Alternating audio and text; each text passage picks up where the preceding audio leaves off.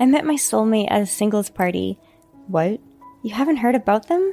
It's a party for men and women looking for partners. No, I gathered that much. You're not supposed to be going to those, are you? You're married. Nice to meet you. My name is Yuri. Mister, I don't have a problem with Melissa being married. Wow, this guy is crazy. My name is Jake. I divorced my ex-wife, Melissa, about 6 months ago. Since the divorce, my life has settled down and my work is going well, but I was trying to get my life back on track, and until recently, it was really a struggle.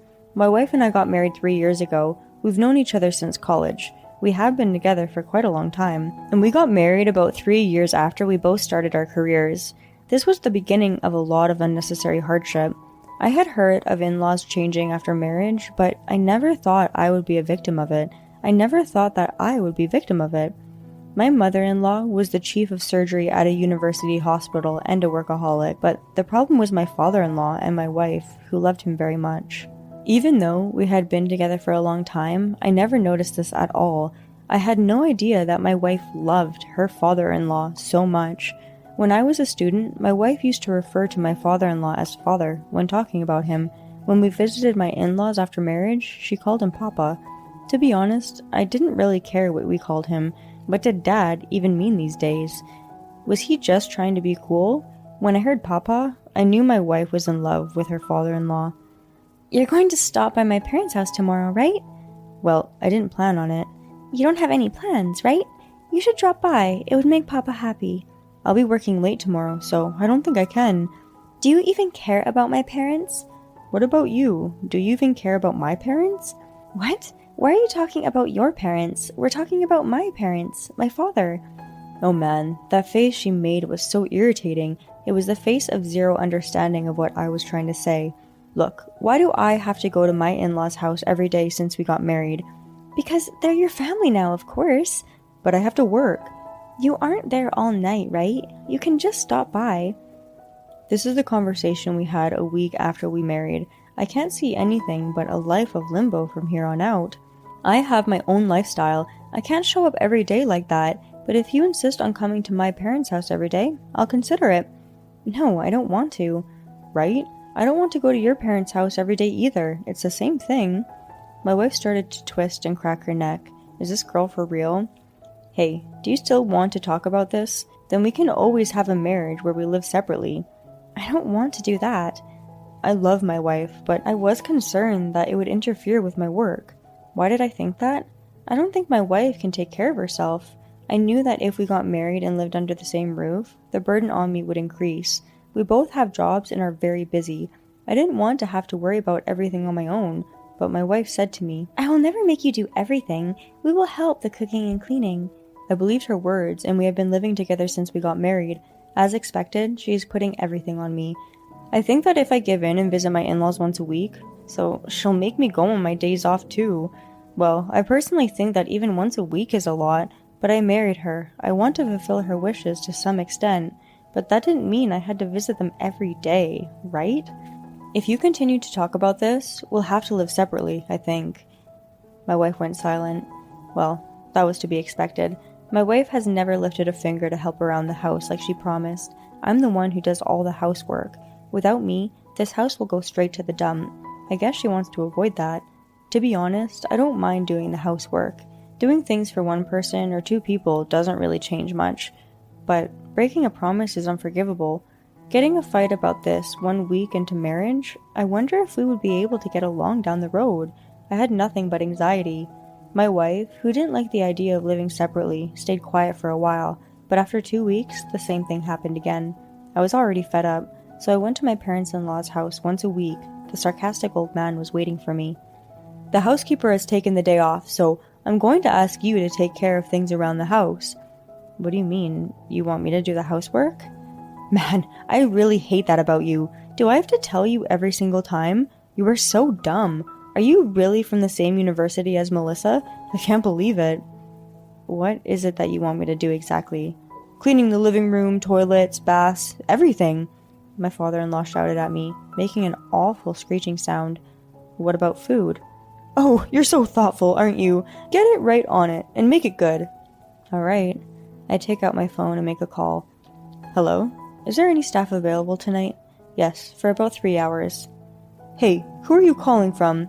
My father-in-law snatches my phone from me and hangs up. Hey, what are you doing? I was calling the housekeeping service. Oh, come on, what are you doing? You do it. I'm the one who is calling them, and I'm the one who's paying for it, so there shouldn't be a problem. You really are something, aren't you? My papa asked you to do it. Just do it for him. Alright, that settles it. I'm divorcing this woman. I kept silent and stared at my wife. My wife seemed scared by my stare. Then she locked herself in her room at her parents-in-law's house. This is why I was reluctant to go to her in-law's house. I have to leave for work this afternoon. Wait a minute.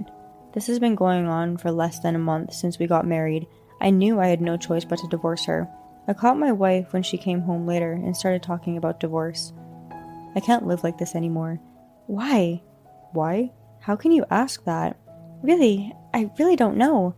I'm sick and tired of you telling me to go to my in-laws' house all the time, and I'm sick and tired of your father's constant bullying, so I'm divorcing you. I'm sorry. I'm really sorry. I won't bring it up anymore. I swear. I promise. You can promise all you want, but in a couple weeks it'll just be the same thing all over again. I'm sick of it. No, this time I promise I won't say anything else. I promise. I didn't realize it bothered you so much. You see, it's hard for me to understand if you don't tell me clearly, but now I know for sure. Please give me one last chance. Last chance after 1 month of marriage. It was surreal. In the end, I gave in to my wife's pleas. Judging by my behavior over the past 6 months, I'd give up already. Oh, if only I'd been able to get a divorce at that time, there would have been no trouble. Then 6 months went by, then a year. I found myself living a peaceful life. Ever since then, my wife had been doing her share of the household chores. She doesn't even ask to go to her parents-in-law's house. And I didn't receive any sarcastic attacks from her father-in-law. I wonder if my wife has really reflected on the situation. She must really love me, after all. How positive I was. I had believed in my wife without even doubting her. However, I later found out that this kindness was just a front. 2 years had passed since we got married. I came home to find my wife, my father-in-law, and a strange man in the house. I'm home. Oh, a visitor? Sit down. It had been a long time since I had seen such an attitude from him. My wife, along with my father-in-law, is also very bossy. I'm going to make this clear. You are not a suitable husband for Melissa. What? Melissa is going to marry this man, so I want you to sign the divorce papers and get out of my house. I was a bit taken aback by this out-of-the-blue remark. I had thought that our marriage was going well, but I was wrong. I met my soulmate as a singles party.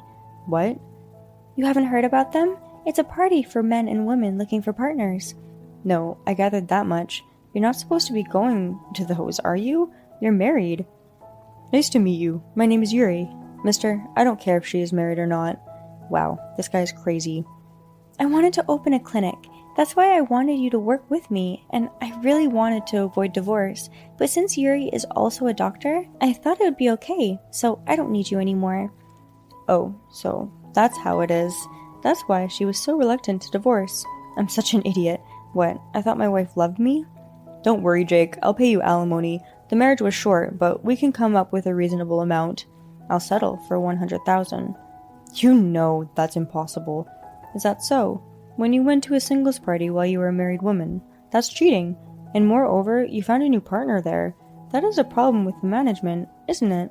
You can even sue the management, you know. I'll tell them that if they pay a total of $100,000 in alimony for the wife, then I'll shut up about the cheating. All three of them stiffened. Can you pay? Or do you want me to sue and fight it out to the bitter end?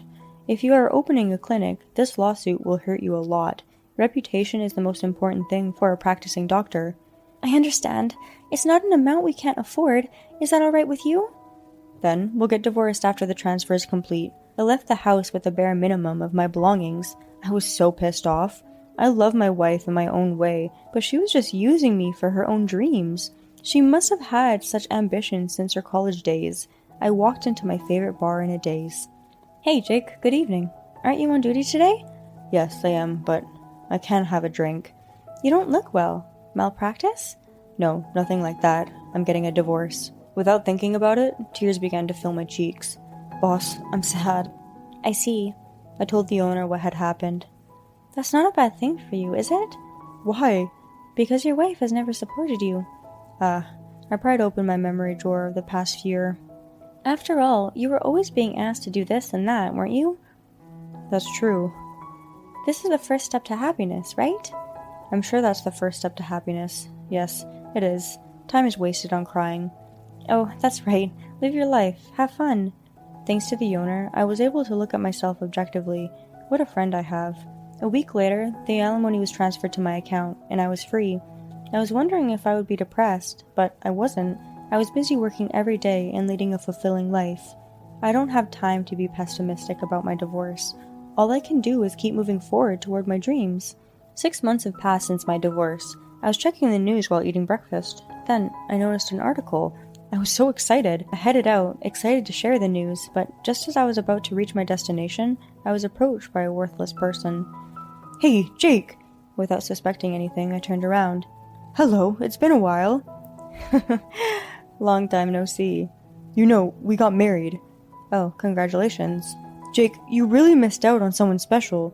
"What?" "Do you see that building over there?" "Where?" "That building over there. There's only one building under construction." "Oh, yeah. That building is our new home. It costs more than $1 million. Isn't it amazing?"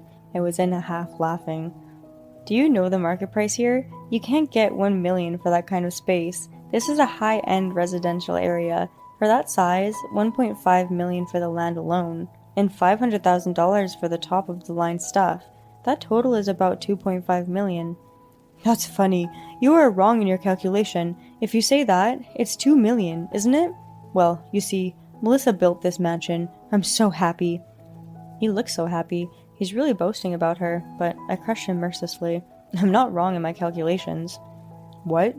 "Because I'm the owner of that building. The land, the building, and the equipment in the hospital total $2.5 million. Thank you for the alimony. I'm very grateful for it." "There's no way. That's Melissa's." Alright, come on. Follow me." I led Yuhi to the front of the building and asked him to confirm the name of the hospital and my name as the head of the household. Yuri was absolutely astonished. "No way, I guess she didn't think the building site she lied about was the property I'm building. Besides, she's unemployed now, right? She can't build a house without a job. She probably lied because she didn't want you to run away. I'm happy for you. She loves you." "What? What do you mean, unemployed?" "Didn't you see the news this morning? Melissa was fired from the university hospital. You didn't see it? They said there was some malpractice." Yuri turned his back on me and rushed away silently. "Goodbye." I stare at the house and hospital under construction. My dream is about to come true.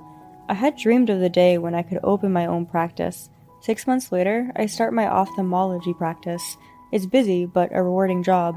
My ex-wife and Yuri divorced soon after that. She wasn't the only one who was forced out of her job because of my ex-wife's medical mistakes, but also her mother-in-law, who is the chief of surgery, was forced to take responsibility.